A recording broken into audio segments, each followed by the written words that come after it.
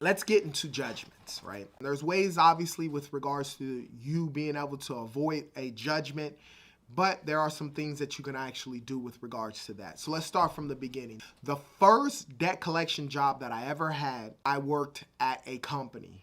It was called Lake Valley Retrievals. I love that place. It was a great place. It was two owners.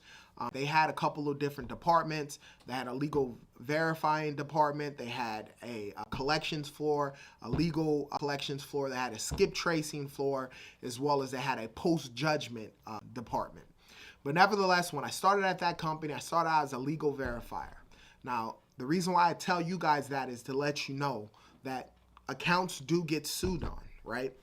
As in this job as a legal verifier, all I did, every single account that came into the office, whether it was on a contingency base, meaning that they got it from a creditor, or it was an account that they actually owned, first came to the legal verification table. And back there, it was about 6 of us. And all we did was we would get accounts that would come. They would pit 100 accounts probably a day in our queue.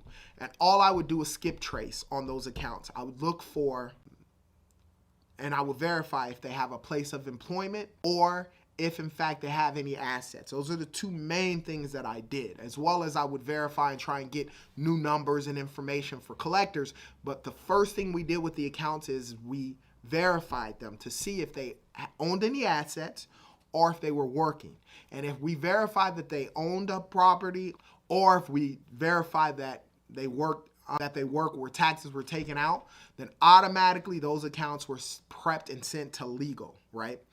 And the reason why I tell you that is because with regards to a lawsuit in general, typically a company's not going to sue somebody if they don't have any assets or if they're not working, because all that happens is you get a judgment.